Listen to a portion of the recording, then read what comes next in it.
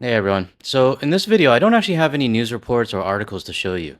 But in this video, I do want to show a comment that I saw in one of my videos. And to be honest, I'm not really even too sure where to start with this, because I do have a whole bunch of mixed emotions when it comes to this comment. But I want to ask the audience, have I not been clear that I do not generalize US citizens?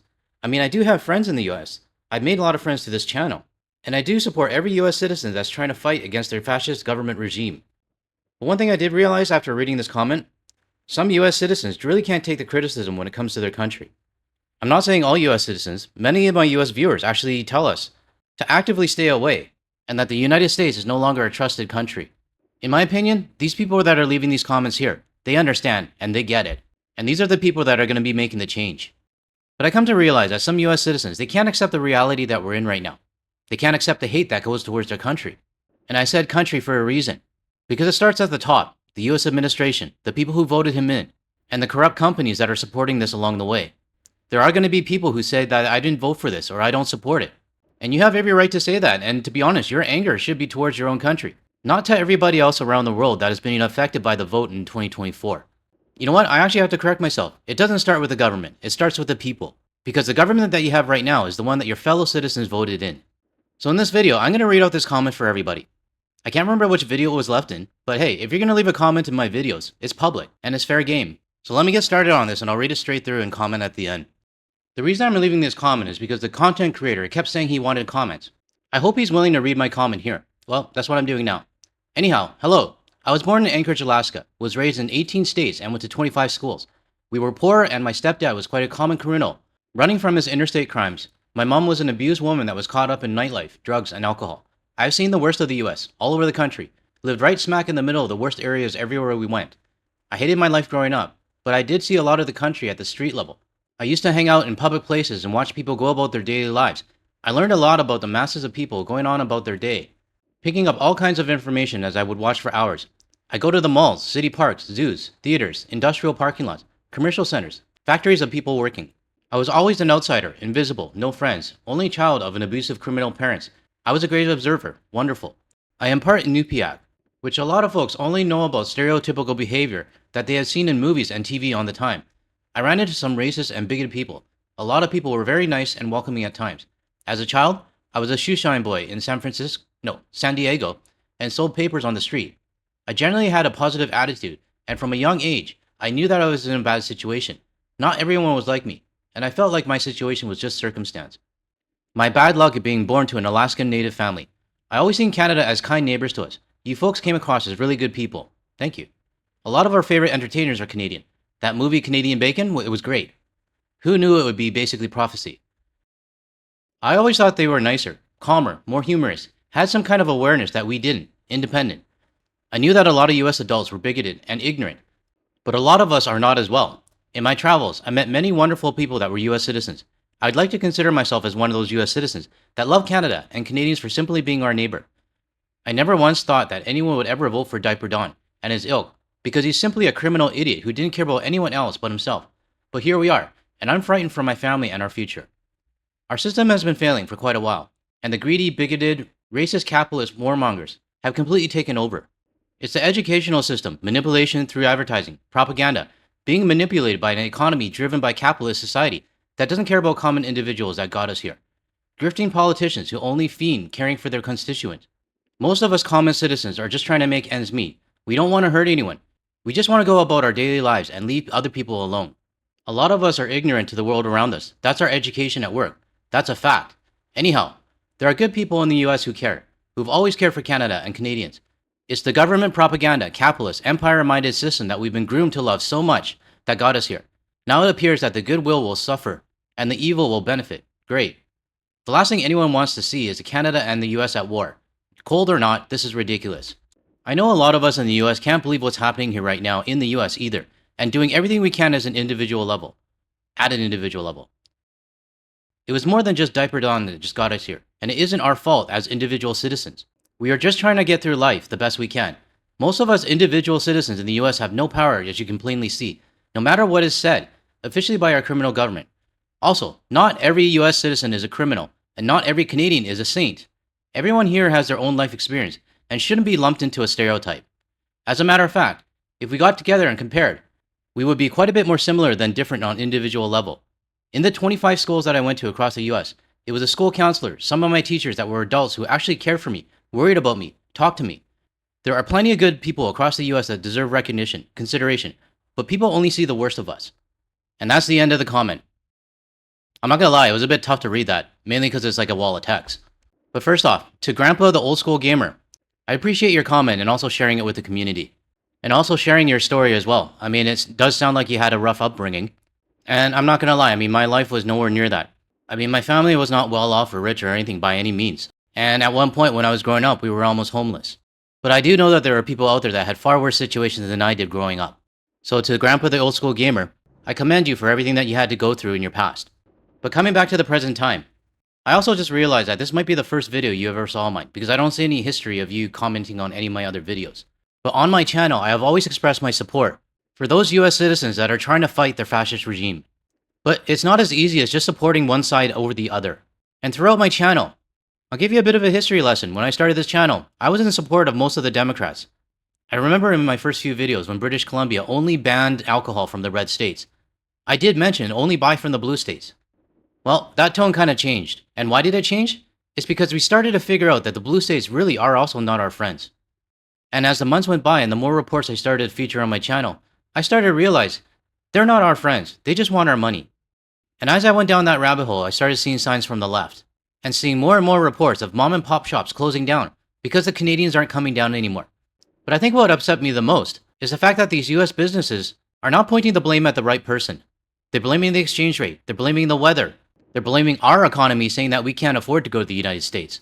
I can list out at least another dozen. I mean, if I wrote notes, maybe I would read them out. But I'm just kind of like freestyling right now and just saying whatever is on my mind. But getting back to my point, the people that I just described, sure, they might be Republicans or they could be Democrats. But my point is that they are your fellow citizens. And the anger that you have towards me when you're saying I lump everyone into a stereotype, the people you should actually be angry at is your fellow citizens. You as an individual might be fighting, you might not like what's going on, but there's 340 million of you guys. And a vast majority doesn't really care about what's going on right now. They're too apathetic. Kind of like this guy right here. Yeah. I don't really give a fuck about the war. Smoke weed, get money, fuck bitches. Hell yeah. Yep, that's the average American citizen right there. And I showed this in the previous video, but I'll show it again. What you're seeing on the screen right now is your country's Google Trends and what their priorities are right now. People are searching for Brandon Clark, Giants versus Dodgers, AP Switch Collab, Chelsea Handler, Tony Hinecliffe, I don't even know who these people are, Cheryl Underwood, Drake, off-campus PGA Championships, Jason Collins, Pistons versus Cavaliers, Regina Hall, Cubs versus Braves. I could go on, but I'm not going to. I mean, it's pissing me off even more. What I'm showing you right now is the priority of your country. It seems like it's basketball, celebrities, PGA Championship. Absolutely nothing to do with your own government. Nothing to do with the war. Nothing to do with any searches on what's going on in your country. And what this tells me is that your fellow citizens, the individual citizens, really don't care about what's going on right now. You might care, Grandpa the old school gamer. I mean, you're an individual. And so are many other US citizens that are watching my channel as well. But unfortunately, you guys are a very small group when it comes to the 340 million in your population. If I looked in Google Trends and I saw like, say the top 10 searches were like, how do we get Diaper Don out of the office? Or how do we get him impeached? Or how do we invoke the 25th Amendment? Or any searches that involve like the chaos around your country. If I saw these searches, I might actually be impressed. But instead, all we're seeing is like searches for basketball, golf, Kentucky Derby, which I showed a while ago, and other things that are not relevant. And why are we seeing that? I mean, this is just my opinion. Because everybody is acting as individuals. Nobody cares unless it actually affects them. People say, oh, I don't follow politics, and I just want to stay in my little bubble. Grandpa old school gamer, these are the people that you should be upset with, not with the rest of the world. Because we are just observing from the outside. And if we see no effort from your country, then yeah, people are going to stereotype. And most likely, if this continues on, people are going to lump you guys all together. I mean, if the United States citizens don't care about their country, why should we care? I try my hardest not to stereotype, because I have viewers on both sides of the border. I have friends and family in the US as well that are in the same shoes as you. They don't like what's going on. But then again, I also have friends in the United States who are Democratic voters who really couldn't give a shit about what's going on right now. In fact, it's actually me educating them on what their country is doing to the rest of the world. And if I use my friend as an example, why the hell should a Canadian halfway around the world be educating a United States citizen about what their country is doing? And the answers I got from him sometimes? Well, they range from like, oh, someone else will fix it, or it'll eventually get back to normal, or stop bothering me with this stuff. I used an analogy a while ago, and I'm actually surprised people understood it. But Grandpa Old School Gamer, think of your country as a hockey team. You got a goalie, you got defense, and then you got the forwards. Let's just say you're the goalie right now, and your defense and forwards decided not to play, or they don't give a shit about the game. But the game still has to go on, and you're gonna get pummeled from shots from all over the place. And you're eventually gonna lose the game. And you're gonna get mad. But who should you get mad at? It should be the defensemen and your forwards, not the other team. Because what you're doing right now, Grandpa Gamer, is you're getting mad at the wrong people. You're getting mad at the other team. You're getting mad at the referee, the people in the stands, the guy selling 50-50 tickets, blaming everyone else except for your own team. I hope this makes sense. I mean, it makes sense in my head. I'm just not sure if I'm delivering it properly. So, Grandpa, I understand that you feel like you're being stereotyped right now, but there are reasons for that. I've always done my best to try not to generalize all US citizens. My viewers know this. And in fact, it's actually my viewers that keep me grounded, the ones from the United States. So, Grandpa, I really urge you to kind of see this from a bigger perspective. I know it's tough when you're inside ground zero, and a lot of us outside of your borders, we're starting to notice all the flaws of your country, and unfortunately, the flaws are outweighing the resistance.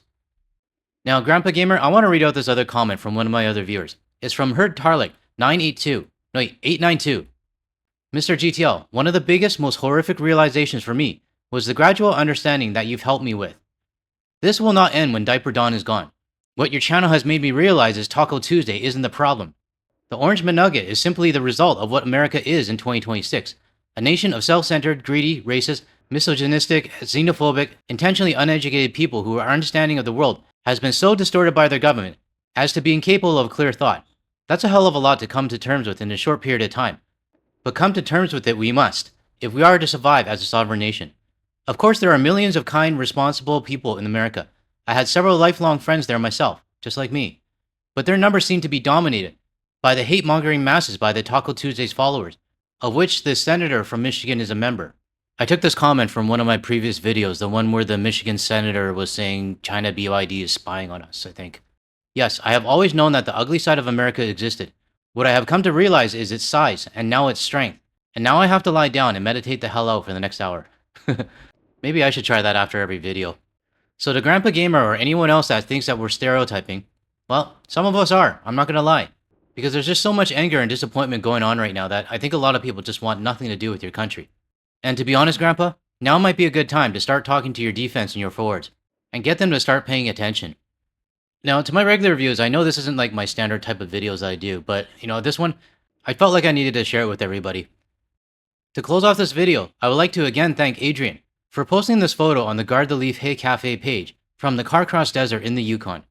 I know I've been using Adrian's photos a lot, but she has been posting a lot from the Yukon, which I don't get too many photos from.